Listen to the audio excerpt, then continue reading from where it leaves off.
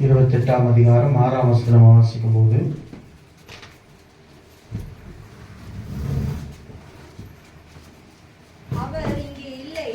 அவர் இங்கே இல்லை, தாம் சொன்னபடியே உயிர்த்தெழுந்தார்.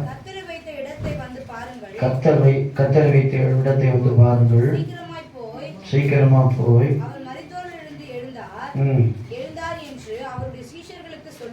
சொல்லுங்கள். அவர் உங்களுக்கு முன்னே கலிலேயாவுக்கு போகிறார், அங்கே அவரை காண்பீர்கள், இதோ உங்களுக்கு சொன்னேன் என்றார். இயேசு கிறிஸ்து அநேக திருஷ்டாந்தங்களினாலே தம்மை வெளிப்படுத்தினார். அவர் மரிப்பதற்கு முன்னதாக கூட இந்த ஆலயத்தை இடித்து போடுங்கள், அதை 3 நாட்களுக்குள்ள நான் என்ன செய்வேன், கட்டுவேன்னு சொல்லி ஆண்டவர் சொல்றார். சீசருக்கு தெரியல, சாலமன் ஆலயத்தை தான் சொல்றாரு சொல்லி நினைக்கிறாங்க. இரண்டாவது, இந்த வானத்திலும் பூமியிலும் சகல அதிகாரங்களை படைத்த ஆண்டவர் என்பதை நிரூபிக்கும்படியாக கிமுன்னு சொல்லி இன்னைக்கு உலகமே அதை நம்பத்தக்கதாக, ஏன்னா வேதத்தில் பார்க்கும்போது இன்னொரு வசனம் இப்படியாக சொல்லுகிறது. லூக்கா சுவிசேஷம் 24ஆம் அதிகாரம் 6ஆம் வசனத்தை வாசிப்போம். லூக்கா 24:6. அவர் இங்கே இல்லை, அவர் உயிர்த்தெழுந்தார். ஒப்பு கொடுக்கப்படவும் சிலுவையில் அறையப்படவும் 3ஆம் நாளில் எழுந்திருக்கவும் வேண்டும் என்பதாக ஆமென் நினைவு கூறுகின்றார்கள். அப்ப இதை நம்ம நினைவு கூறுவோம். இயேசு கிறிஸ்து சொன்னபடியே உயிர்த்தெழுந்தார். அல்லேலூயா சொல்லுவோமா? நான் வேதம் தான் சொல்லுகிறது, அவர் சொன்னபடியே. அதனால்தான் ஆண்டவராகிய தேவன் இப்படியாக சொல்றாரு. யோவான் சுவிசேஷம் 11ஆம் அதிகாரத்துல 24-25 வாசிக்கும் போது வேதம் இப்படியாக சொல்லுகிறது. அதற்கு மாத்தாள் உயிர்த்தெழுதல் நடக்கும் கடைசி நாட்களிலே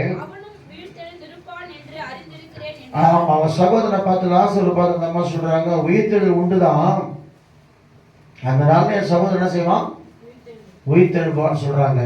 ஆனா ஆண்டவர் சொல்றாரு அதுக்கு பதிலாக, இயேசு அவளை நோக்கி, நானே உயிர்த்தெழுதலும் ஜீவனுமா இருக்கிறேன், என்னை விசுவாசிக்கிறவன் மரித்தாலும் பிழைப்பான், உயிரோடு இருந்து என்னை விசுவாசிக்கிற எவனும் என்றென்றைக்கும் மறியாமலும் இருப்பான். அல்லேலூயா சொல்லுவோமா? ஆண்டவராகிய இயேசு கிறிஸ்து சொல்றார், நானே உயிர்த்தெழுதலும். ஆமா, இது கிறிஸ்துவத்தை ஏன் ஜனங்க பின்பற்றாங்க தெரியுமா? நல்லா கவனிக்க. இந்த உலகத்தில் எத்தனையோ அவதாரங்கள் தோன்றினார்கள், எவ்வளோ பேர் கர்த்தருக்கு என்னென்னோ காரியங்களை செஞ்சாங்க. ஆனால் இயேசு கிறிஸ்து மாத்திரம்தான் வேதம் சொல்லுகிறது, நம்முடைய பாவங்களுக்காக அவர் மரித்து அடக்கம் பண்ணப்பட்டு 3ஆம் நாள் உயிரோடு எழுந்தார். பாடும், உயிரோடு எழுந்தவரே ஆராதனை செய்கிறோம், ஜீவனின் அதிபதியே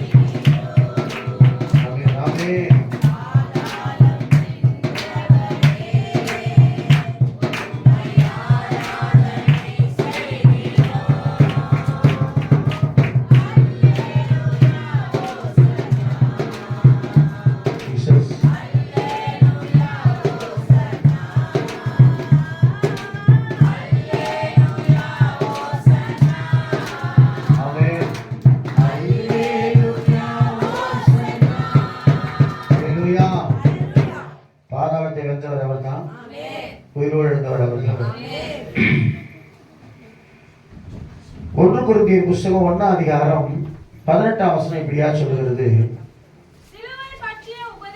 சிலுவையை பற்றிய உபதேசம் கெட்டு போகிறவர்களுக்கு பைத்தியமா இருக்கிறது, ரட்சிக்கப்படுகிற நமக்கோ தேவ பலனாய் இருக்கிறது. நல்லா கவனிங்க, சிலுவை பற்றிய உபதேசம். நீங்க சில பேர் சில நாட்கள்ல நீங்க இயேசுவை பத்தி சொல்லுங்களேன், எப்ப பார்த்தாலும் சிலுவையை பற்றியும் சொல்லுகிறாங்க. இயேசு கல்வாரி சிலுவையில கல்வாரி சிலுவையில கல்வாரி சிலுவை. நேற்றுக்கு திடீரென்று எனக்கு ஒரு ஞாபகம் வந்துச்சு. அந்த சிலுவையை சுமக்க தான் கவனிங்க, சிலுவை எல்லாரும் சுமக்க முடியாது இல்லையா? நீங்க சும்மா ஒரு சின்ன ஒரு வெயிட் வச்சா கூட அது அந்த வீதியெல்லாம் ஒரு சிலுவையை சுமந்து கொண்டு போகும். யோசனை பண்ணேன், எத்தனை பாடுகள் யாருக்காக அவர் பட்டிருக்கிறாரு?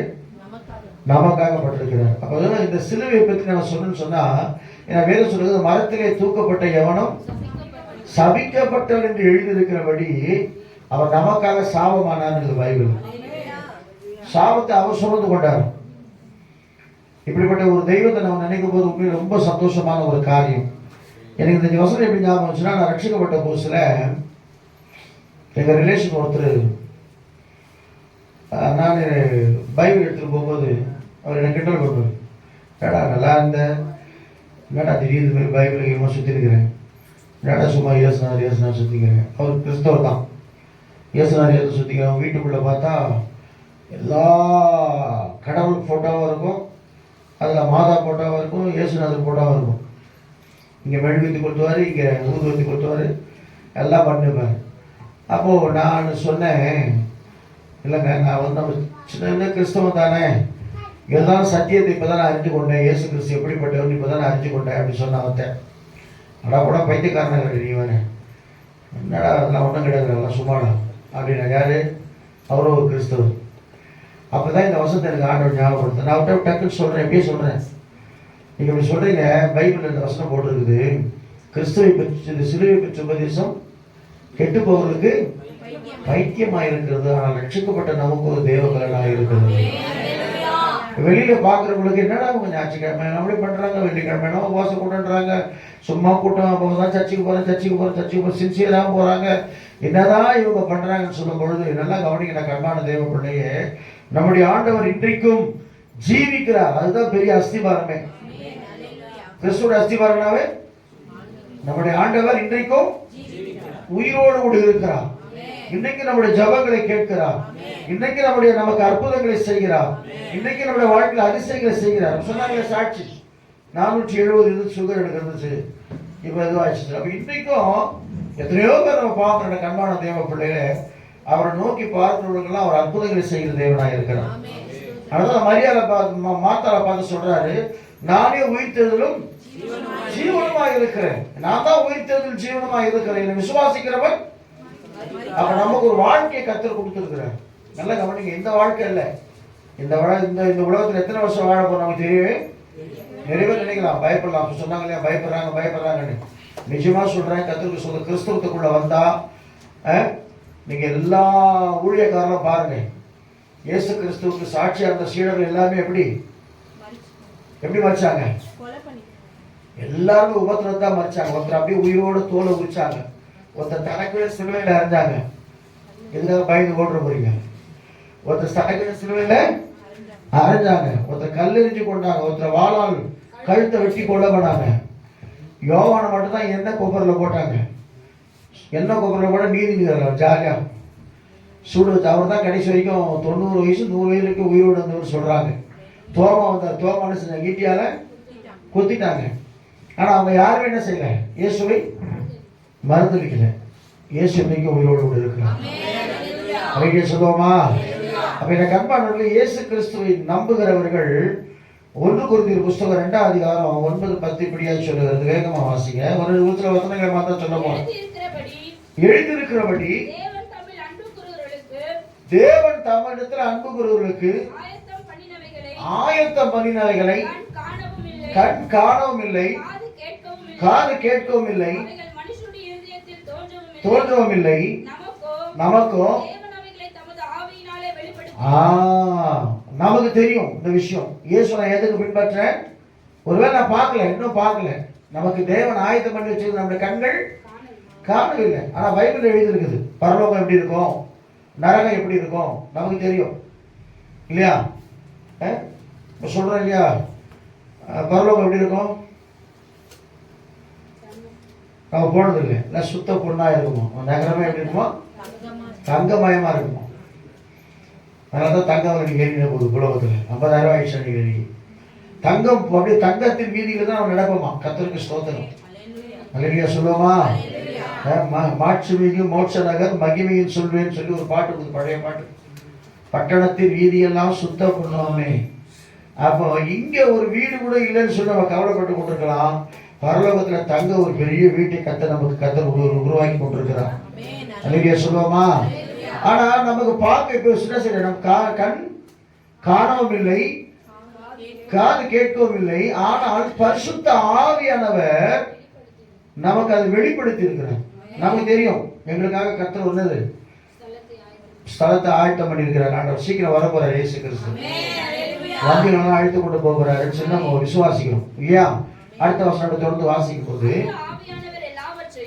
அந்த ஆவியானவர் எல்லாவற்றையும் தேவனுடைய ஆழங்களையும் ஆராய்ந்திருக்கிறார். மனுஷனுடைய ஆவியன்றி அறிவான்.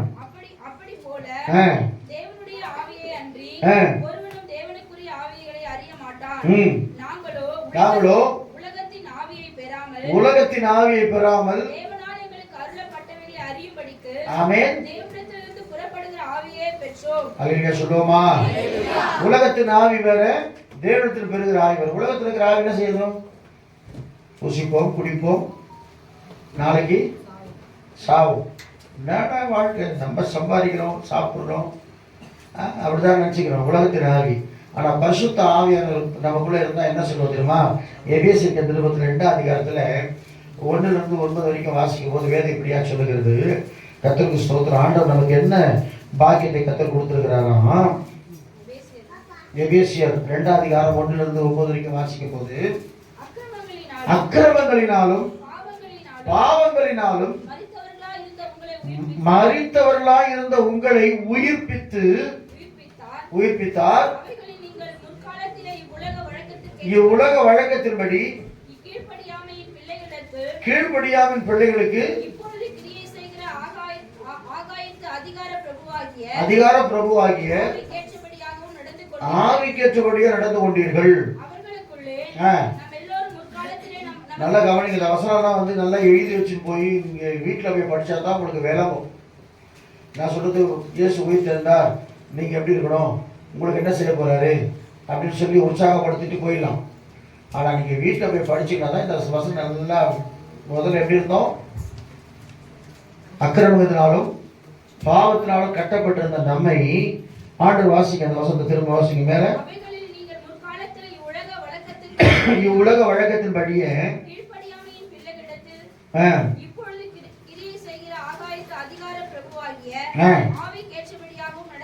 நடந்து கொண்டீர்கள். நடந்து செய்து கோபாக்கினியின் நம்ம மனசும் மாம்சம் விரும்பினதை செஞ்சோம் இல்ல? நீ ஞாயிற்றுக்கிழமை இன்னைக்கு நிறைய கிறிஸ்தவங்க ஞாயிற்றுக்கிழமை விசேஷமா கொண்டாடுவாங்க. ஈஸ்டர் பண்டிகை தண்ணியில் அடிக்கிற கிறிஸ்தவம் உண்டு. முடிஞ்சவன போயிட்டு ஒரு ட்ரீட் வச்சிருக்காங்க இன்னைக்கு ஈஸ்டர். ஆனா நம்முடைய மனசும் மாம்சம் விரும்பின காரியத்தை செஞ்சோம். இன்னைக்கு சினிமா போலாங்க, இன்னைக்கு பீச்சுக்கு போகலாம், இன்னைக்கு அங்கே போகலாம், இங்கே போகலாம், அது என்னமோ சொல்லி கொண்டிருந்தோம். ஆனா இப்போ நம்ம நினைச்சா கூட செய்ய முடியாது. அல்லேலூயா சொல்லுவோமா? பவுல் சொல்றார், எல்லாவற்றையும் அனுபவிக்க எனக்கு அதிகாரம் உண்டு, ஆனா எல்லாம் எனக்கு தகுதியா இராதுன்னு சொல்லி பவுல் சொல்றாரு. அப்ப எல்லாவற்றையும் ஏன் நான் காரணம் சொன்னா, ஒரு காலத்துல அப்படி வாழ்ந்து கொண்டிருந்த நம்மை உன்னதங்களிலே அவரோடு கூட என்ன செய்யறாராம், உட்காரும்படி செய்தார்னு இது பைபிள். எனக்கு அதுதான் ரொம்ப ஆச்சரியமான ஒரு காரியம். ஒரு சாதாரணமா இருந்த போது ஒருத்தர் வந்து ஒரு பெரிய போஸ்டிங் வந்துட்டாருன்னா அவருக்கு சந்தோஷம். ஏன்னா அந்த உலகத்துல இருக்கிற வரைக்கும் 5 வருஷமோ 3 வருஷமோ 4 வருஷமோ ஒரு போஸ்டிங். ஆனா அவரோடு கூட யுகாயுகமா இருக்கும்படி உன்னதங்களில் நம்ம எழுப்பி அவரோடு கூட உட்கார வைத்திருக்கிறார். இதான் பெரிய ஸ்லாக்கியம். அல்லேலூயா சொல்லுவோமா? விட்டெடுத்து படிங்க அந்த வசனத்தை.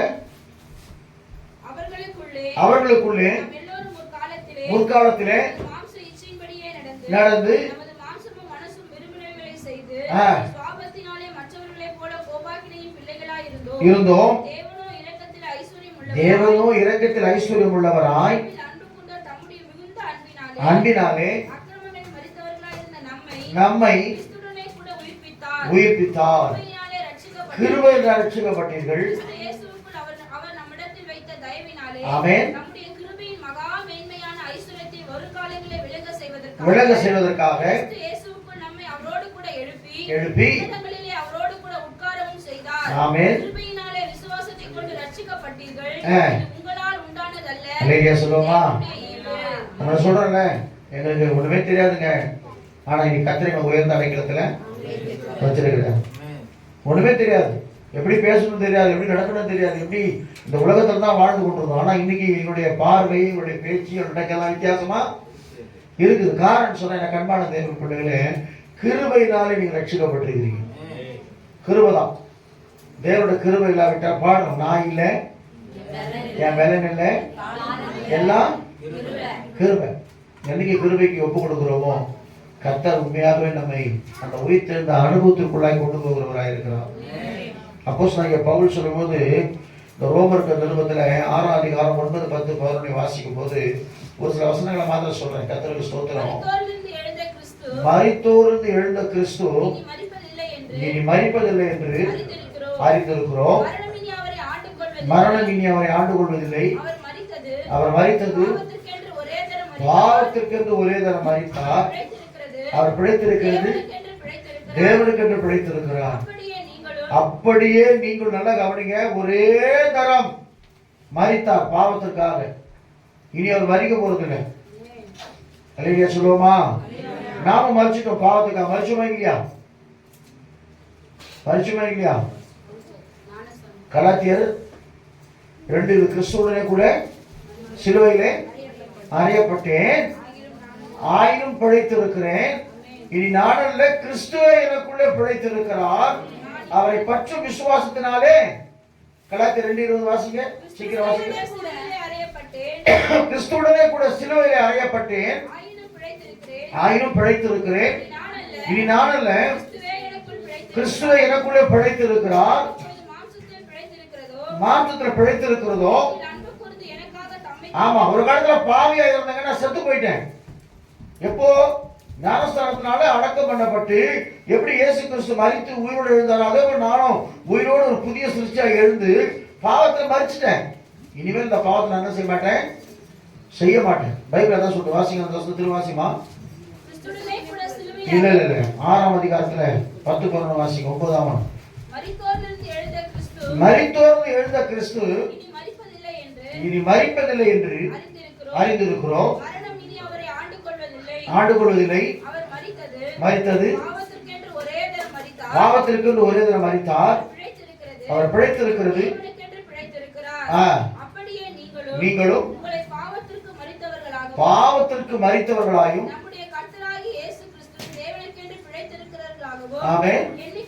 எண்ணிக்கொள்ளுங்கள். ஆகையால்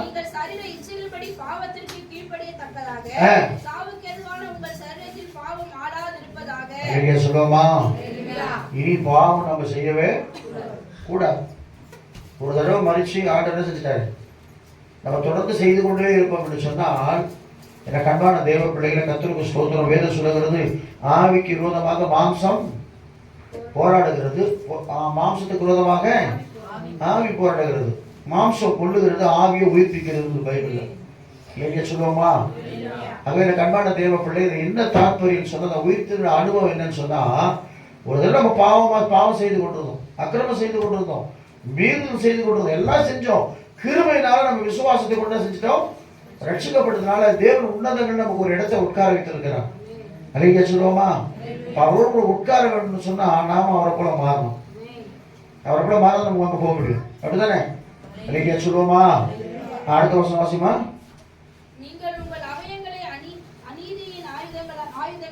அநீதியின் ஆயுதங்களாக ஒப்புக்கொடாமல் தேவனுக்கு ஒப்பு கொடுத்து நீதிக்குரிய ஆயுதங்களாக தேவனுக்கு ஒப்பு கொடுங்கன்னு சொல்லி பவுல் சொல்றார். என்ன கண்பான கட்டுரை பிள்ளைகளே, இந்த உயிர்த்தெழுந்தா தூங்குகிற நீ விழித்து மரித்தோரை விட்டு எழுந்திரு, அப்பொழுது கிறிஸ்து உன்னை பிரகாசிக்க பண்ணுவார்னு ஒரு வசனம் இருக்குது. தூங்குகிற நீ அப்படி என்ன தெரியுமா, நம்ம கிறிஸ்தவம் தான் சத்தியத்தை கேட்கிறோம், நல்ல சத்தியம் வருது நமக்கு, ஆனா தூங்கிக்கினே இருக்கணும். என்ன பண்றோம்? மரித்த ஒரு அனுபவம் நமக்குள்ள இருக்குது. இன்னும் மரித்து நம்ம என்ன செய்யல, ஆண்டவருக்காக நம்ம பிரகாசமா எழுதி நம்மள என்ன செய்ய முடியல, பிரகாசிக்க முடியல. அதே பாவத்துல தான் இருக்கிறோம், அதே அக்கிரமத்துல தான் இருக்கிறோம், அதே மேல தான் இருக்கிறோம், அதே நாள் பார்த்து கொண்டிருக்கிறோம், அதே நட்சத்திரம் பார்த்து கொண்டிருக்கிறோம், அதே ஜாதி பார்த்து கொண்டிருக்கிறோம், அதே காரியங்களை செஞ்சுக்கிறோம். நான் மேலானவன் நான் கீழானவன் சொல்லி நம்ம கூட தான் இருக்குமானால் நாம் ஒன்றும் சாவல்னு சொல்லி அர்த்தம். இல்லையா சொல்லுவோமா? எத்தனை பேர் பார்க்குறீங்க? தெரியும், நேரம் பார்க்குறது, அதை பார்க்குறது, காலம் பார்க்குறது, சமயம் பார்க்குறது, கிழமையை பார்க்குறது, இதெல்லாம் நீங்கள் விட்டுருங்க. இதெல்லாம் ஆண்டவர் கத்திரிக்கு கல்வாரி சிலுவையில் இருந்து போட்ட சாகினா வேதம் சொல்லுறது. அவர் தான் எல்லாவற்றுக்கும் என்னவா இருக்கிறார், அவர் தான் என்னத்தை உருவாக்கினவர், அவர் தான் என்னத்தை உண்டாக்கி நம்மை அவர் தான் உருவாக்கி இருக்கிறார். அதனால் நம்ம வச்சு எல்லாமே அவருக்கு தெரியும். இல்லைங்க சொல்லுவோமா? அப்படி சொல்லிவிட்டு அப்போஸ்தலனாகிய பவுல் சொல்ற 1 கொரிந்தியர் புஸ்தகத்துல 15ஆம் அதிகாரம் 12ஆம் வசனத்தை வாசிக்கும் போது வேகமா வாசிக்க, எழுந்திருந்தார் என்று பிரசங்கிக்கப்பட்டிருக்க இல்லை என்று சில பேர் சொல்றாங்க.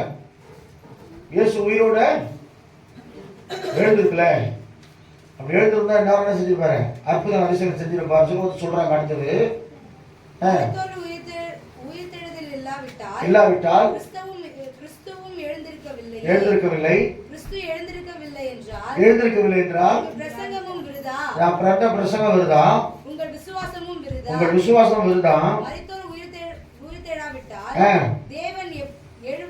எழுப்பாத கிறிஸ்துவை அவர் எழுப்பினார் என்று தேவனை குறித்து சாட்சி சொன்னதினாலே தேவனுக்காக பொய் சாட்சி சொல்லுகிறவர்கள் வெள்ளை ஜுவா போட்டு வந்து நான் இயேசு உயிரோடு இருக்கிறார் சொன்னா பொய்யாயிடும்.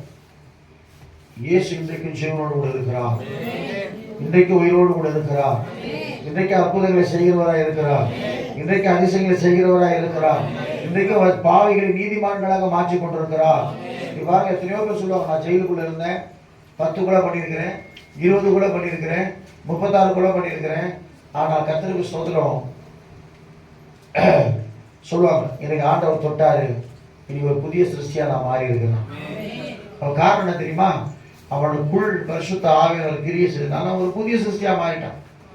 ஏன்னா வேதத்துல தெளிவா நம்ம வாசிக்கிறோம், முதல்ல இருந்த வாழ்க்கையும் 2வது வாழ்க்கையை நம்ம பார்க்கணும். முதல்ல இருந்த வாழ்க்கை வந்து கர்த்தருக்கு ஸ்தோத்திரம் எபேசியர் 5ஆம் அதிகாரம் 8லிருந்து 21 வரைக்கும் வாசிக்கும் போது வேதம் இப்படியா சொல்லுகிறது. வேகமா வாசிங்க.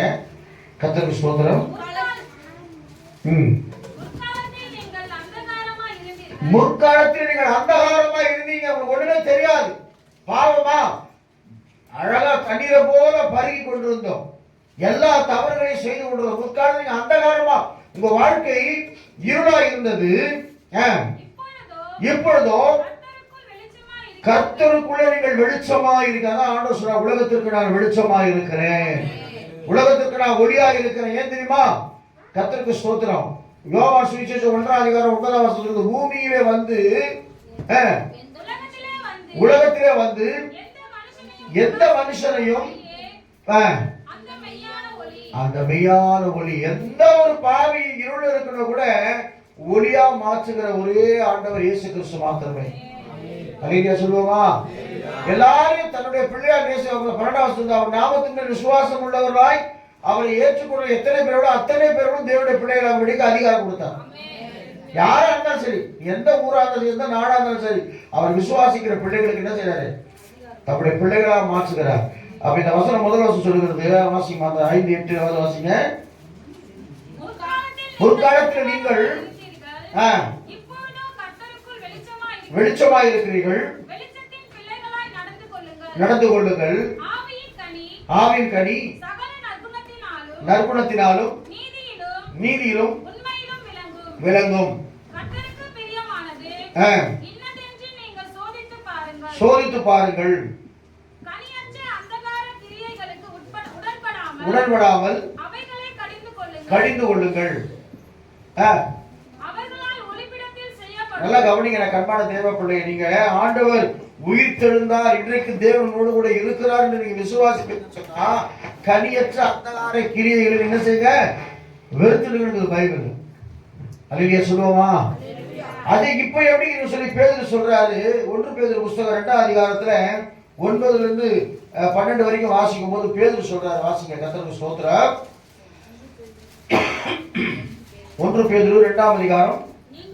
நீங்களோ நல்லா கவனிங்க, உங்களை அந்தகாரத்திலிருந்து தம்முடைய ஆச்சரியமான ஒளியிடத்திற்கு வரவழைத்தவருடைய புண்ணியங்களை அறிவிக்கும்படிக்கு, நல்லா கவனிங்க, யாருனே தெரியாத உங்களை தெரிந்து கொள்ளப்பட்ட சந்ததியாய் கர்த்தர் மாற்றி இருக்கிறார். இல்லையா சொல்லுவோமா?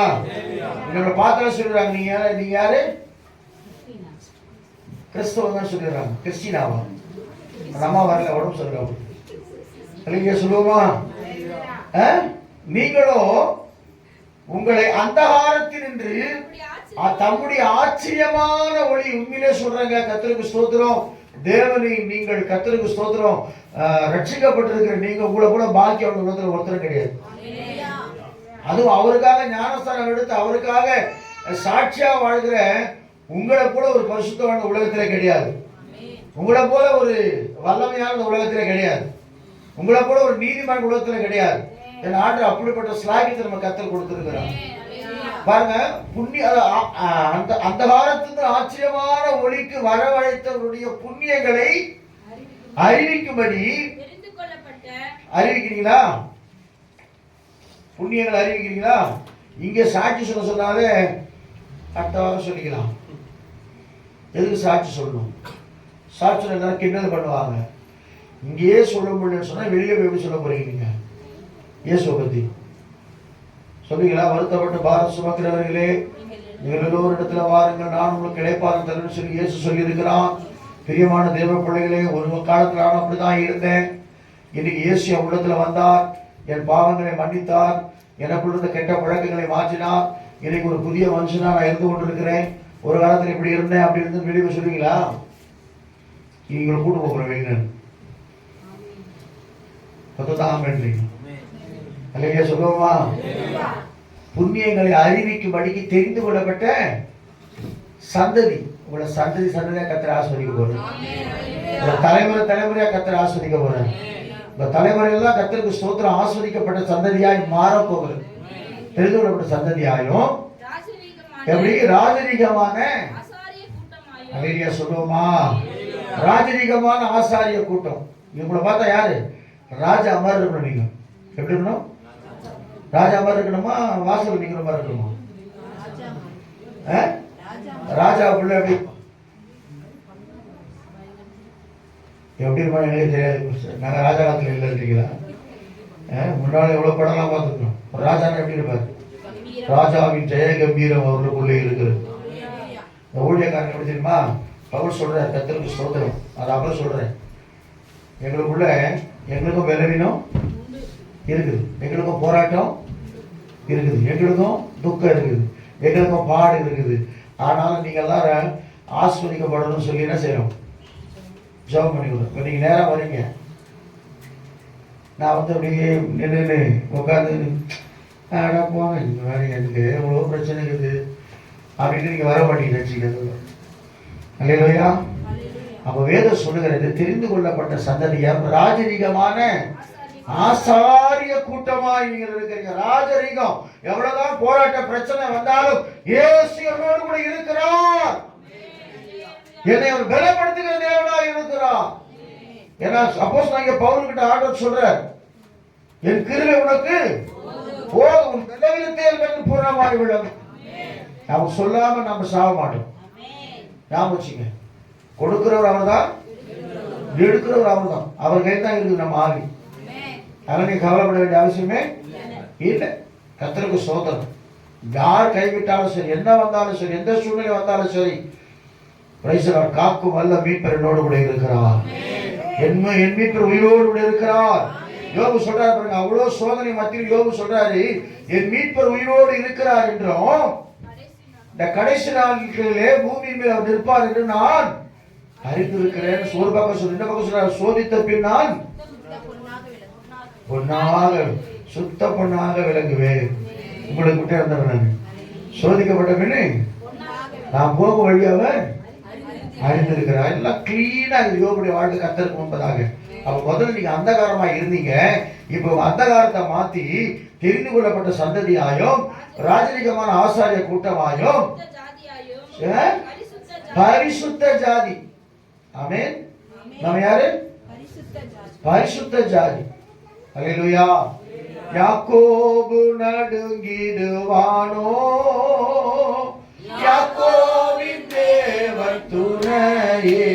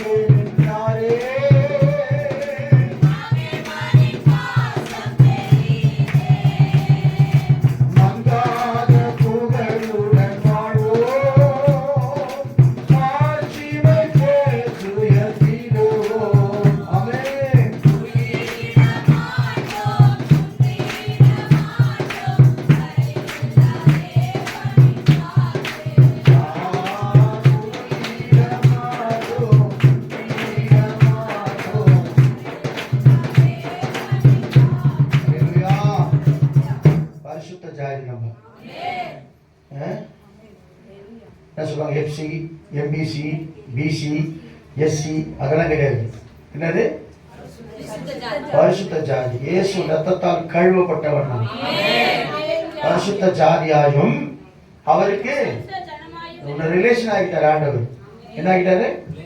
வெளியே இருந்த உன்னை கூப்பிட்டு அவருக்கு சொந்த பிள்ளையா கத்தரோட மாற்றிட்டார்.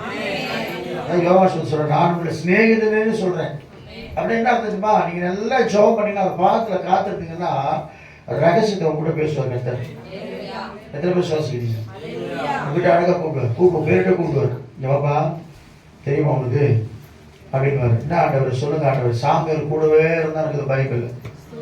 ஆனா வேதம் சொல்லுது சாமுவேலே சாமுவேலேன்னு கூப்பிடுறாரு, ஆசையா கூப்பிடுறாரு சாமுவேல். ஏன் தெரியுமா? அவனோட ரகசியங்களை பேசும். மோசே மோசேன்றார். எதனால? அவன் தேவனுக்கு உண்மையா இருந்தபடினால. எனக்கு அன்பான தேவ பிள்ளைய, ஒரு காலத்துல அந்தகாரமா இருந்த நம்மை அவருடைய உயிர் தெழுதலில் சாயலோடு நாம் இணைக்கப்படும்படியாக தெரிந்து கொள்ளப்பட்ட சந்ததியாயும் ராஜரிகமான ஆசாரிய கூட்டமாயும் பரிசுத்த ஜாதியாயோ சொந்த ஜனமாய் கர்த்தர் மாற்றிருக்கிறார். அப்ப அந்த உயிர்த்தெழுந்த வல்லமை நமக்குள்ள நாம என்ன செய்யணும்? அதுதான் முக்கியமான காரியம். அதை மட்டும் சொல்லி நான் முடிச்சிட போறேன். நாம என்ன செய்யணும்? எழும்பு எழும்பு சீயோனே, வல்லமையை தரித்துக்கொள். எழும்பி பிரகாசி உன் ஒளி வந்தது. கர்த்தருடைய மகிமை அப்படியே பிரசங்கம் பண்ணா கூட நம்ம உட்காந்துட்டு வரும். தட்டி தட்டி எழுப்பினா கூட பேதுரு மன்னிடும். எலியா என்ன செஞ்சிட்டாரு? போய் பயந்து போய் ஓடி போய்ங்க. என்ன செடி அது? சூரிய செடி. சூரிய செடி படுத்துட்டாரு. உடனே ஒரு தூதம் வரான். என்ன செய்யறான்? சுட சுட டிஃபனை கொடுத்து சாப்பிட வச்சு எழுந்துரு. என்ன படுத்துருக்கிறேன்? நீ நடக்க வேண்டிய வீரம் தூரம், வெகு தூரம் போன. நீ 40 நாட்கள் அப்படியே ஓரே போற வரைக்கும் நடந்து போயிலே இருந்தான். அந்த பலத்தினால, அது அந்த வசனத்தினால நாமும் பலனடைந்து தேவ சந்நிதியில காணப்படுகிற பிள்ளைகளாய் மாற வேண்டும். அல்லேலூயா சொல்லுவோமா? அவ என்ன பண்ணன்னு சொன்னா, நல்லா கவனிங்க. கர்த்தருக்கு ஸ்தோத்திரம். 2 கொரிந்தியர் புஸ்தகம் 6ஆம் அதிகாரத்துல 1 வாசிக்கிறேன். தேவனுடைய கிருபையை விருதாவாய் பெறாதபடிக்கு நாங்கள் உங்களுக்கு புத்தி சொல்லுகிறோம். அனுக்கிரக காலத்திலே செவி கொடுத்து ஆமென் ஆமென் இப்பொழுதே அனுக்கிரக காலம், இப்பொழுதே ரட்சணிய நாள். ஆமென்.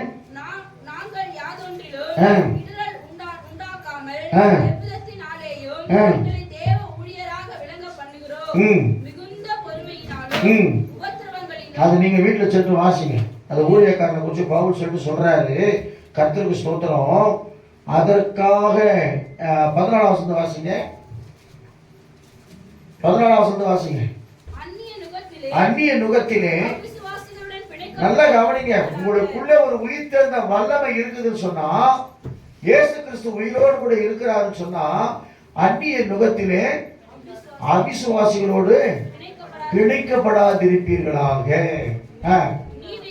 நீதிக்கும் சில பேர் நம்ம வழியை விட்டு விலக செய்வதற்காக பிசாசு பல காரியங்களை கொண்டு வருவோம். நம்ம பண்ற தப்பே அதுதான். ஆடு நல்லா விசுவாசிக்கிறோம், நம்புறோம், எல்லாம் செய்யறோம். திருமண காரியங்கள் மற்ற காரியங்கள் மற்றதுல என்ன செஞ்சிடும்? வழி விலகி போயிடும். அந்நிய நுகத்துல அவிசுவாசம் போய் பிணைக்கப்பட்டுரும். பிணைக்கப்பட்டு நம்ம ஒன்றும் சொல்ல முடியாது. ஆண்டவர் உண்மையா நேசிக்கிற தேவ பிள்ளைகளாக தான் உண்மையா சொல்றேன். ஆண்டவருக்கு சாட்சியா நீங்க இருப்பீங்க. கடைசி வரைக்கும் சாட்சியா இருப்பீங்க. சாகருக்கு சாட்சியா இருப்பீங்க. நிறைய பெண்களை பார்க்கறேன். வயசானா கூட கர்த்தர் ஏற்ற துணையாய் கொடுப்பான்னு காத்து கொண்டிருக்கிற பிள்ளைகள் இருக்காங்க. சொல்லுவோமா? ஏன்னா அந்நிய நுகத்திலே ஒரு சிலர் சக்சஸ் ஆயிடும், ஒரு சிலர் என்ன ஆயிடும்? நாம போய் என்ன செஞ்சிடும்? மாட்டிப்போம். மாட்டிக்கின்னு வெளியே வராதபடிக்கு பயங்கரமான காரியம். அந்நிய நுகத்திலே அவிசுவாசம் பிடிக்கப்பட அவிசுவாசமான வார்த்தைகளோடு பேசுறதுக்கு கிறிஸ்தவர்கள் அதெல்லாம் கூட இருக்காங்க. நீங்க ஏதோ ஒரு காரியம் போய் பிசினஸ் ஆரம்பிக்க போறீங்க, என்ன சொல்லணும்? முயற்சி பண்ணி பாருப்பா, கர்த்தர் கூட இருக்கிறார். ஒரு வேலைக்கு போறீங்களா, இந்த வேலை செய்யப்பா, கர்த்தர் கூட இருக்கிறார். வேலையை உயர்த்துவார். நீ உண்மையா இருந்தா கர்த்தர் செய்வாரு, உயர்த்து. நீ ஜெபம் பண்ணா உனக்கு காரியங்களை வாய்க்க செய்வார். நீ ஒரு புதுசா பிசினஸ் பண்ணு, யாரும் சொல்றது தெரியல. ஒரு புதுசா பிசினஸ் பண்ணு, அந்த பிசினஸ் நீ உண்மையாயிரு, கர்த்தர் உயர்த்துவார். பிசினஸா அதுக்கெல்லாம் கோடிக்கணக்கான துட்டு வேணும். உனக்கெல்லாம் அனுபவம் கிடையாது, அவங்க எல்லாம் போயிடும் எல்லாம் அப்படின்னு. அது சில பேர் அப்படிதான். அவரை சர்ச்சுக்கு என்ன போகிறேன், ஞாயிற்றுக்கிழமை என்ன 2 ஹவர் அங்கே போய் என்ன பண்ண போகிறேன், அவரெல்லாம் பாட்டு ஒர்ஷிப் பண்ணுவாங்க, 2 வார்த்தை சொல்ல. அப்போ தான் வழக்கமாக கேட்டுக்கிறோமே, அவ்வளோ இன்னைக்கு கட்டான விடு. என்னது அது பைபிள் படிக்கும்போது நீ மட்டும் படிச்சு பெரிய ஆளாயிட போறியா? அந்த மாதிரி ஆளுங்கெல்லாம் வாயை பிடிச்சி கட்டி விடணும், தைச்சி விடணும். ஒரு சும்மா இருந்தால் பரவாயில்ல, ஒன்று சும்மா இருந்தா பரவாயில்ல. நீ போய் என்ன பண்ண போற, நீ போய் என்ன சாதிக்க போற, நீ போய் என்ன செய்ய போற? நல்லா கவனிங்க. கர்த்தருக்கு ஸ்தோத்திரம். உண்மையுள்ள மனுஷன் பரிபூர்ணமான ஆசீர்வாதங்களை பெறுவான். விசுவாசம் உள்ளவனுக்கு எல்லாம் கூடும். பொய்யா பொய்யா நீ கர்த்தரை நம்பி நன்மை செஞ்சீங்கன்னா தேசத்துல நீ என்ன செய்வ? ஆசீர்வாதமா இருப்ப. நீ கர்த்தருடைய பிள்ளையா, கர்த்தருக்கு பயப்படுகிற பிள்ளையா இருந்தா ஆண்டு என்ன செய்வார்? கடிதம் திராட்சை செடியா உன்னை மாற்றுவார். நீ கர்த்தருக்கு பயப்படுற பிள்ளையா இருந்தா உலகத்திற்கு இல்ல, கர்த்தருக்கு பயப்படுற, ஐயோ இந்த பாவத்தை செய்ய மாட்டேன் சொல்லி யோசனை போல இருந்தா கர்த்தரை உயர்த்துவார். அல்லேலூயா. தானியேலை போல கர்த்தரை தவிர வேற யாரும் நான் ஆராதிக்க மாட்டேன் சொல்லி சாத்ராக் மேஷாக் ஆபேத்நேகோ போல தானியேலை போல இருந்தீங்கன்னா கர்த்தர் சிங்கம் மாத்திரம் இல்ல, உன்னை உயர்ந்த அடைக்கலத்தில் வைப்பாரு. ஒரு தரிசனங்களை வெளிப்படுத்துகிற காரியத்தை கர்த்தர் கொடுப்பார். அல்லேலூயா சொல்லுவோமா? அப்ப என்ன வசனம் சொன்னா, அந்நிய நுகத்தில் அவிசுவாசிகளோடு பிணைக்கப்படாது இருப்பீர்களாக, நீதிக்கும் அநீதிக்கும் ஒரு டியர் ஃப்ரெண்டா இருந்தா சரி, இயேசு கிறிஸ்துவை யாருக்கு விட்டு கொடுக்க கூடாது. இல்லையா சொல்லுவோமா? ஆண்டவர் யாருக்கு விட்டு கொடுக்குவேன்? ஒண்ணு ஒளிக்கும் இருளுக்கும் ஐக்கியம் வேறு, இசைவேது, அவிசுவாசியுடன் பங்கேது, தேவனுடைய ஆலயத்துக்கும் சம்பந்தம் ஏது, நான் அவர்களுக்குள்ளே வாசம் பண்ணி அவர்களுக்குள்ளே உலாவி. என்ன மாதிரி வசனம் பார்த்தீங்களா இது? நான் அவர்களுக்குள்ளே உலாவி அவர்களுக்குள்ளே வாசம் பண்ணி அவர்கள் தேவனாய் இருக்கிறேன். யார் இயேசுக்கு உண்மையா இருக்கிறதோ அவர் உங்கள் தேவனாய் இருக்கிறார். உங்களுக்குள்ள உலாவுகிறார், உங்களுக்குள்ள உலாவுகிற தேவனாய் இருக்கிறார், உங்களுக்குள்ள வாசம் பண்ணுகிறார். அதான் பவுல் சொல்றார் 3ஆம் அதிகாரத்துல, நீங்கள் தேவனுடைய ஆலயமாக இருக்கிறோம், தேவனுடைய ஆவி உங்களில் வாசமாக இருக்கிறார் என்றும் அறியாது இருக்கிறீர்களா? ஒரு தேவனுடைய ஆலயத்தை கெடுத்தால் தேவன் அவனை கெடுப்பான். தேவனுடைய ஆலயம் பரிசுத்தமாக இருக்கிறது, நீங்களே அந்த ஆலயம். நீங்க தான் ஆலயம், உங்களுக்கு தான் இயேசு இருக்கிறார். அல்லேலூயா சொல்லுவோமா? பாவம் செய்வது இப்ப நமக்கு சந்தோஷமா இருக்கிற மாதிரி தெரியும், ஆனா போக போக விளைவுகள் பயங்கரமா இருக்கும். அல்லேலூயா சொல்லுவோமா? அதான் கிறிஸ்துவ எச்சரித்து ஒரு நல்ல பாதை நடந்தது. சத்திய வேதத்தை ஏன் படிக்க சொல்லி தெரியுமா? பேதை கூட ஞானியா மாத்தி பிசாசு சொல்லுவான், சும்மா ஒண்ணும் இல்லை, பண்ணுவான். ஆனா கடைசி வரைக்கும் எதிர்த்து நிற்கிறவன் தான் ஜெயிக்க முடியும். அதான் பிசாசுக்கு சொன்னாங்க இல்லையா, இந்த கனியை புசிக்க கூடாதுன்னு யாருக்கு சொன்னார்? ஆண்டவர் ஏவாட்டி சொன்னார். என்ன செய்யறது? குடிக்க பிசாசு கேட்கறான் வந்து 3ஆம் அதிகாரத்துல சொன்னது. வாசிக்கிறேன், என்னப்பா பாக்குறீங்க? ஆதியம் 3ஆம் அதிகாரம் வாசிக்கிறேன்.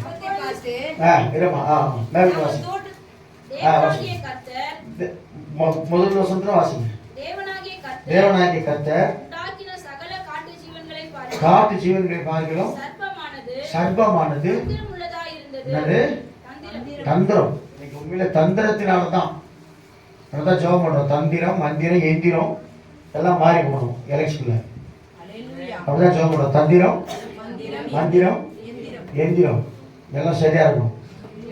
கர்த்தருக்கு சொல்ல அதில் ஆண்டு உடைச்சி ஒரு பெரிய விடுதலை கொடுக்கணும். சொல்லுவோமா? அப்ப தந்திரத்தினால என்ன செஞ்சு அவன் வரான், வந்துட்டு ஸ்திரீயை நோக்கி வேண்டாம் என்று தேவன் சொன்னது சொல்லிட்டாரு. சொன்னது உண்டோ அப்படி கேட்கிறான். பன்னெண்டாமா சொல்றாங்க, சர்ப்பத்தை பார்த்து கனிகளை புசிக்கலாம், ஆனாலும் நடுவில் இருக்கிற கனியை குறித்து தேவன் நீங்கள் சாகாதபடிக்கு சொன்னார் என்றார். நீங்கள் சாகவே சாவதில்லை, நீங்கள் இதை புசிக்கும் நாளிலே உங்கள் கண்கள் திறக்கப்படும் என்றும் நீங்கள் நன்மை தீமை அறிந்து தேவர்களைப் போல் இருப்பீர்கள் என்றும் தேவன் அறிவார் என்றது. ஆமென். தேவன் சொன்னதை கேட்கணுமா பிசாசு சொன்னதை கேட்கணுமா? தேவன் சொல்லிட்டார், பார் இதான், இதுக்கு மேல வேற வழி கிடையாது. சென்ட்ராக்கத்தை புசிச்ச அவுட்டு அப்படின்னு சொல்லிட்டாரு. இப்போ இன்னொருத்தர் வந்து சொல்றாரு, பிசாசு இது சாத்தான் சர்பம் சொத்து, அதை புசிக்கலாம், ஒன்றும் பிரச்சனை ஒன்றும் கிடையாது. நீங்கள் தேவர்கள் போல் ஆகிடுவீங்க, தேவர்கள் போல் ஆகிடுவீங்க. அப்பவே தேவர்கள் மட்டும் அங்கே மகிமின் சிறப்பு தான் அவங்களுக்குள்ள, அதான் நிர்வாணி கூட தெரியல. ஆனா வேதம் சொல்ற அடுத்த வருஷம் வாசிங்க, ஸ்திரீயானவள் புசிப்புக்கு நல்லது, பார்வைக்கு இன்பமும், பார்வைக்கு இன்பம், புத்தியை புத்தியை தெரிவிக்கிறது என்று இச்சிக்கப்படத்தக்க உத்தமமாய் இருக்கிறது என்று கண்டு அதின் கனியை புசித்து அதன் கனியை பறித்து புசித்து புருஷனுக்கு கொடுத்தார். ஆமா, நான் மட்டும் ஏடா பாக்குறவன், நீ சேர்ந்து சாப்பிடாது கொடுத்தது யாரு? இவன் சாப்பிட்டு கூடாது, நீ சாப்பிடு. எப்படின்னா இருக்குன்னா என் ஆண்டவர் எவ்வளவு இருக்கிறான்னு சொல்லணும். நிறைய பேர் அப்படிதான் விட்டு கொடுத்துடணும் வைஃபுக்காக. நீ செத்தா சாவு, நான் இயேசுக்காக உண்மையா இருப்பேன். அதுக்கு சொல்லுவோமா? ஆனா என்ன பண்ணாரு அவரும் கொடுக்குறது, அதான் முடிஞ்சு போச்சு. அதான் தொத்து விட்டாரு, ஓடி போவீங்க. என் சொல்ல கீழ்படியாம ஓடி போனீங்க, இனி பாவம் உங்களுக்குள்ள வந்துச்சு. அதனால தான் பாடணும், பலியான செம்மறி. இதெல்லாம் வந்த காரணமா தான், இதெல்லாம் மகிமையா அவரோட கொடுத்துருவோம். சொல்லுவோமா?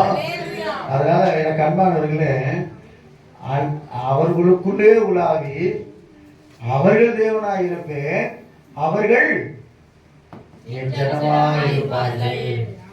ஐயா பாரு, என் ஜனமே மனம் திரும்பு. இயேசுவிடம் இறுதி காலம் வந்தாச்சு, இன்னமும் ஞானஸ்தானத்துக்கு தாமதம், ஊழியம் செய்ய தாமதம், இயேசுக்காக நேரத்தை ஒதுக்குறதுல தாமதம். மனம் திரும்புங்கள், பரலோக ராஜ்யம் சமீபமாக இருக்கிறது.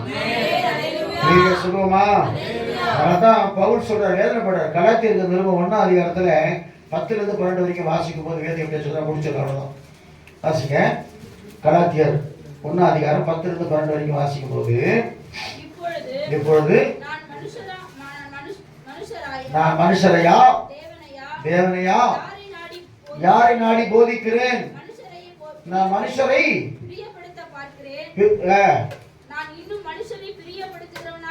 இருந்தால் அல்லவே. நீங்க சகோதரரே, நான் பிரசங்கிக்கப்பட்ட சுவிசேஷம் மனுஷனுடைய யோசனையின்படியான நல்ல அல்ல உங்களுக்கு தெரிவிக்கிறேன். நான் அதை ஒரு மனுஷனால் பெற்றதும் இல்லை, மனுஷனால் கற்றதும் இல்லை. இயேசு கிறிஸ்துவே அதை எனக்கு வெளிப்படுத்தினார். ஆமென். அல்லேலூயா சொல்லுவோமா? பவுல் சொல்றார், நான் யாரை மனுஷரை பிரியப்படுத்த போதிக்கிறேனா? தேவனை பிரியப்படுத்த போதிக்கிறேனா? உங்களை திட்டுறலாம், உங்களை வாழ்த்துறலாம். எங்களோட வாங்க, ஜாலியா வாங்க, ஜாலியா போங்க. நான் பிரசங்கம் விசில் அடிங்க பின்னாடி இருந்து, நீங்க செச்சுங்க, பேன் பார்த்துங்க. நான் பிரசங்கம் பண்ணும்போது நான் பண்ணும்போது தூங்கிடுங்க கொத்து விட்டு. அல்லேலூயா. நல்லா கவனிங்க, யாரை நாடி போதிக்கிறேன். அதுலயே பவுல் சொல்வார், நன்றாய் ஓடினீர்களே. நல்லா தானமா போயிருந்தீங்க ஆரம்பத்துல, இப்ப ஏன் ட்ராக் மாறிட்டீங்க? நன்றாய் ஓடினீர்களே. இந்த ஓட்டத்தை விட்டு யாரும் உங்களை கெடுத்தது? பரிசுத்தாவியோடு பேசி கொண்டு இருக்கிறார். ஒருவேளை அப்படி டிஸ்டன்ஸ் ட்ராக் மாறி போயிருந்தா திரும்ப பழைய ட்ராக் உள்ள வந்துரு. ஏன்னா மேகம் போன்ற இத்தனை திரளான சாட்சிகள் நம்மை சூழ்ந்து கொண்டிருக்க, பாரமான யாவற்றையும் நம்மை நெருங்கி நிற்கிற பாவத்தையும் முதலில் தள்ளிவிட்டு என்னைய மாற்றி விட்டீங்க. நல்லா போயிட்டு ஃப்ளோவா. எபிரேயர் 12ஆம் அதிகாரம் வாசிங்க, 1ஆம் வசனம் 2ஆம் வசனம் வாசிங்க. நம்மளே மாற்றி விட்டுறாங்கப்பா. அப்படியே கூடவே வர மாதிரி டப்புன்னு தெரியுங்க. வாசிங்க. ஆகையால் வெரி குட். மேகம் போன்ற இத்தனை திரளான, மேகம் போன்ற வானத்துல பாத்தீங்கன்னா அப்படி நிறைய எக்கச்சக்கமான மேகம் இருக்குது. அப்ப நமக்கு முன்னாடி ஓடின பரிசுத்தவான்கள் எப்படி இருக்கிறாங்க? சாட்சிகளா நமக்கு இருக்கிறாங்க. சொல்லுவோமா? சாட்சியா இருக்கிறாங்க. மேகம் போன்ற இத்தனை திரளான சாட்சிகள் நம்மை சூழ்ந்து கொண்டிருக்க, நல்ல கவனிங்க. பாரம் உனக்கு எதுல வரும் தெரியுமா? ஐயோ, கிறிஸ்துவுக்காக என்னால வாழ முடியலையே, அவருக்காக சத்தியத்தை சொல்ல முடியலையே, அவருக்காக பரிசுத்தமா இருக்க முடியலையே, அவருக்காக உண்மையா இருக்க முடியலையே, என்னால ஜெபம் பண்ண முடியலையே, என்னால சரியான நேரத்துக்கு போக முடியலையே, என்னால அவரை துதிக்க முடியலையே, என்னால அவரை மற்றவருக்கு சாட்சியா அறிவிக்க முடியலையே. அந்த பாரம் அவனுக்கு இருக்கணும். நாளைக்கு மீன் குழம்பு சேர்த்தா, கறி குழம்பு சேர்த்தா, எனக்கு ஒன்றும் கடை பிரச்சனையா இருக்குது, கரண்ட் பில் எப்போ கட்டுவேன், அந்த பாரம் அவனுக்கு வேணும். இல்லையா சொல்லுவோமா? நம்மளால கேட்டு பாருங்க, என்ன உங்களுக்கு பாரம்? ஏன் கேட்குறப்பா? எங்க பாருங்க அப்படியே என்னது ஃப்ரெஷ்ஷா மன அழுத்தம் கேட்டு பாருங்க. கூப்பிட்டு இன்டர்வியூங்க கேட்குற பாஸ்டர், உங்க பாரத்தை நான் ஒரு பாரம் ஆகிடுவேன். அல்லேலூயா. அந்த பாரமான யாவற்றையும் என்ன செய்யணும்? இதெல்லாம் பாரம் இல்லைங்க. ஓட்டத்தை ஜெயமோட ஓடணும். செத்தவன பரலோகத்துக்கு போயிடணும். இயேசு முகமுகமா தரிசிக்கணும். அவரோட நித்திய காலமா வாழணும். 1000 வருஷம் அரசாட்சியில் அவரோட வருஷமா கூடவே வரணும். அதுதாங்க. அப்படிதான் நினைக்கும். இயேசு சீக்கிரத்துல வரப்போறாரு. நம்ம மிஞ்சி கூட எத்தனை வருஷம் இருப்போம்? 100 வருஷம் இருப்போமா? அதுக்கப்புறம் இருந்தா கூட செத்துருவோம். முடியாது, இருக்க முடியாது. ஏன்னா ஆண்டு நியமிச்சிட்டார். வெள்ளத்தின் மிகுதியா 80. அவ்வளவுதான் டிஸ்டன்ஸ். 70 வச்சிருந்தாரு. சரி போனா போது 80 விட்டாரு. அதிலும் சிலது தச்சுன்னு இருக்குது. தச்சுன்னு உயிரை வாங்கிக்கிறது அது வேற விஷயம். ஜப்பான்ல 110 வயசுல அசால்ட் ஆகிறாங்க. பாரு எவ்வளவு கஷ்டமா இருக்குது. நாடாவது ரொம்ப பிரச்சனையாக தான் வச்சுப்பாங்க. உங்களுக்கு அந்த பிரச்சனை வேணாம். இந்தியாவில் ரொம்ப கம்மி வயசு. 35 வயசுல எல்லாத்தையும் முடிச்சிடலாம். இல்லையா சொல்லுவோமா?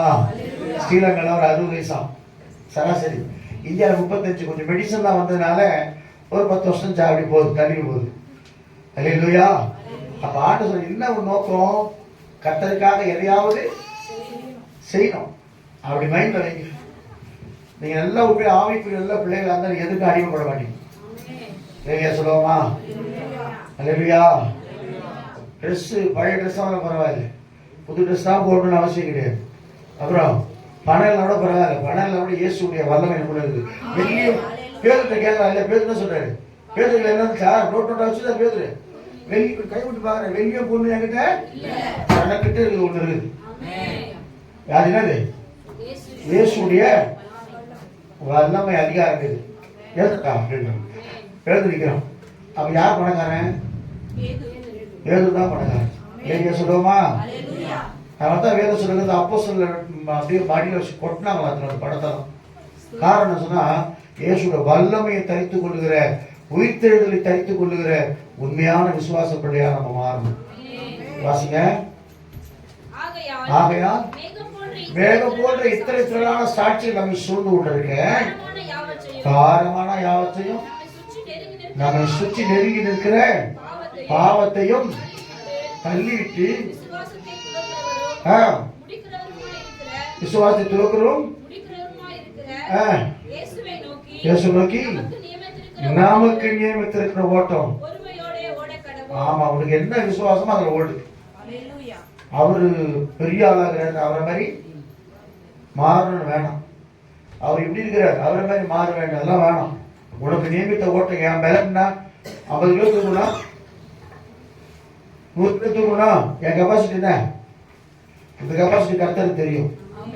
பொறுமையோடு போகும். யார்கிட்ட கவலை, யார் என்ன வேணா சொல்லட்டும், யார் என்னை கைவிட்டாலும் அப்படி சொல்லிக்கிட்டே இருங்க. நிச்சயமா சொல்றேங்க, தெரிந்து கொள்ளப்பட்ட சந்ததியாய், பரிசுத்த ஜாதியாய், ராஜரிக ஆசாரிய கூட்டமாய், சொந்த ஜனமாய் மாற்றி எந்த இடத்துல நீ விழுந்தாயோ அதே இடத்துல உன்னை உயர்த்தி ஆசீர்வதிக்கிற தேவன். எழுதி பிரகாசிப்பீங்களா? சொல்லுங்க. தங்கை எனக்கு வீடு இல்லாமல் போனாலும் பரலோகத்திலே ஒரு பாட்டு இருக்குதுல, அப்பாலே போ, அப்பாலே போ சாத்தானே, அப்பாலே போ, ஓ போ, அப்பாலே போ சாத்தானே, அப்பாலே போ. ஆயுதங்கள் ஒன்று இங்கு பிடிக்காது, நான் இயேசுவின் இரத்தத்தாலே மீட்கப்பட்டு எனக்கு ஒன்றும் பயமில்லை உலகத்திலே. நான் இயேசுவின் இரத்தத்தாலே மீட்கப்பட்டு எனக்கு ஒன்றும் பயமில்லை உலகத்திலே. அப்பாலே போ சாத்தானே.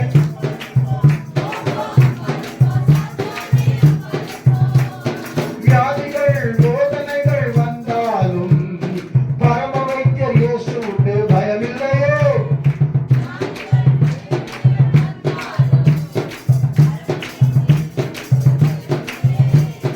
புயல் போல் துன்பங்கள் வந்தாலும், எனக்கு புயல் போல் துன்பங்கள் வந்தாலும் புகலிடமாக இயேசு உண்டு, பயமில்லையே. புகலிடமாக இயேசு உண்டு, பயமில்லையே. இது சொல்லும்போது ஓடுங்கள். ஆமென். நான் இயேசுவின் இரத்தத்தாலே மீட்கப்பட்டு எனக்கு ஒன்றும் பயமில்லை உலகத்திலே. நான் இயேசுவின் இரத்தத்தாலே மீட்கப்பட்டு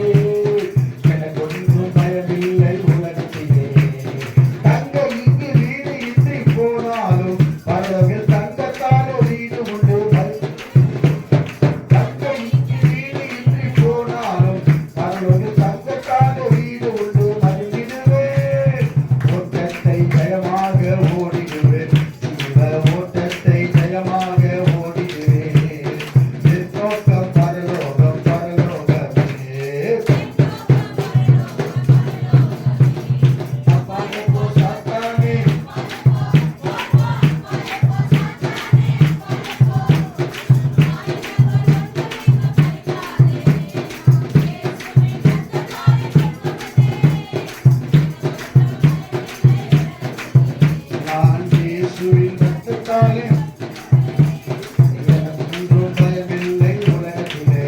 அவன் விளைவான், குட்டை குட்டை உயர்வான். கிறிஸ்தவனை டிஸ்டர்ப் பண்ணாதே, அவனை அசால்ட்டாக எண்ணி விடாதே. நீதிமான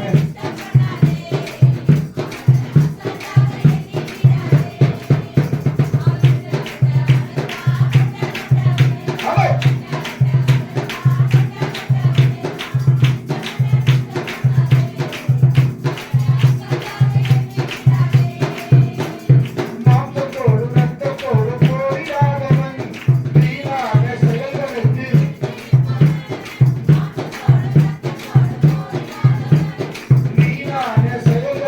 எழுந்து நிற்பவன். இன்றைகள் போராட்டம் வந்தால் அதை பொறுமையோடு செய்து கொள்பவன். ஆமென்.